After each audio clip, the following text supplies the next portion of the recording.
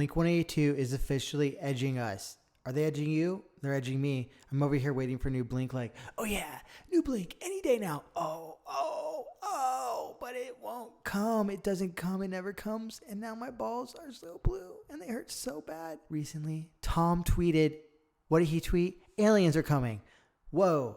That is really unsettling, but that's not the tweet that I wanted to quote. I wanted to quote his tweet about how the new Blink album was weeks, and then in parentheses, he wrote days away. What does that mean? Nobody knows what that means. I will take a stab.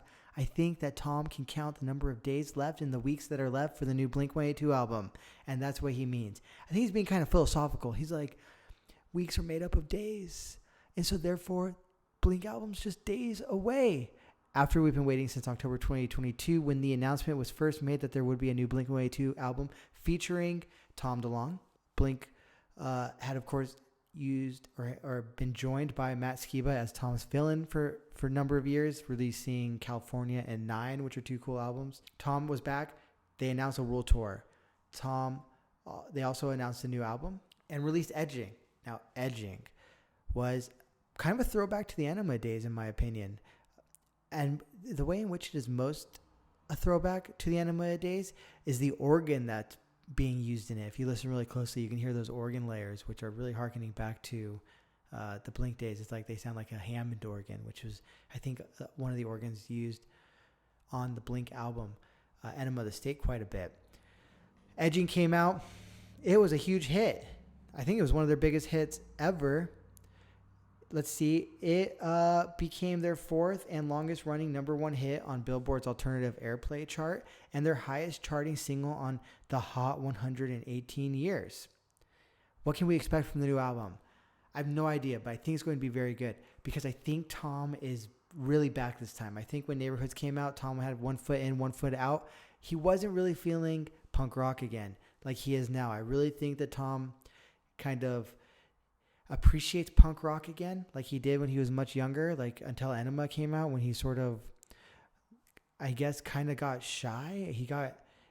Tom was really affected when they got huge. He changed pretty much suddenly because Boxcar Racer came out by 2002, I think that was. And so just a few years after they broke. And that was like Tom's statement that, hey, I can be artsy too. I can be post-punk. I can be post-hardcore. That's a topic for a different time. But now I think Tom is truly back and excited about being in a punk rock band and writing those, quote, nursery rhymes on steroids that he sometimes talks about, writing these catchy punk songs, fast songs.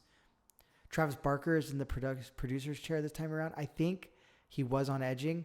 I personally hope he is too on the album.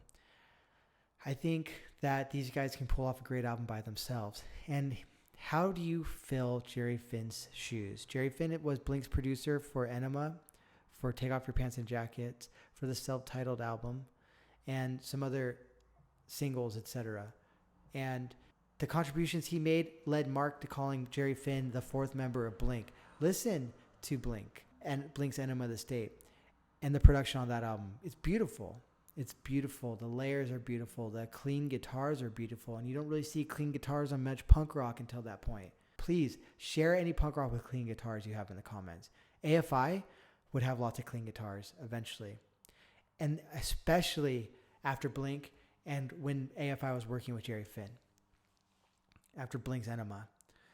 I mean, Enema of the State, it's like a pop punk album with these emo elements. That's like the slow pretty parts. What's My Age Again? Musically, like half that song is like an emo song in my opinion. Lyrically, different story. Regardless, this album has such beautiful layers. Enema of the State. The clean guitars, that's not something you hear on Smash or Dookie, the other big 90s punk albums. The use of the clean guitars was very, very, I think, novel. Jerry Finn had thought a long time about pop punk production or punk production. And in many ways, I think Enema of the State is kind of like peak punk production. So therefore, Travis and Blink have large shoes to fill, but I think they can do it, especially with Tom back in the fold. Tom's, of course, riffing, although he's not known as like a really great guitarist. It's kind of like not entirely true. The guy writes awesome, iconic riffs that are catchy. Not a lot of people can do that. That's talent. That's a pure talent. And I think that stuff's coming back. You can hear some of that riffing and edging, but it's buried a little bit low, which is something that Jerry Finn used to do well, was kind of balance everything.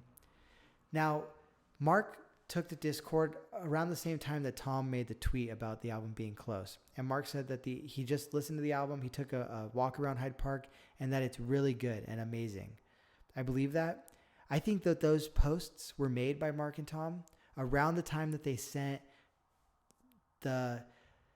some final requests / critiques to whoever is mastering the album. So when Mark and Tom listen to the album and they come up with their final suggestions, critiques, ideas for the master requests, they send it there, and that's when they post. I think that's the moment they posted. So this is really the first time I think Mark and Tom are in the waiting game alongside all of us for the album to come out. I think to this point they had been working pretty hard on it. What to expect from the album? I think it's going to be their best album since Self-Titled. I mean, that's not really saying much, but I think it's going to be really good. I think it's going to be fast. I think it's going to be punk. One concern I have is what the guitars sound like. That was a concern many people had on edging.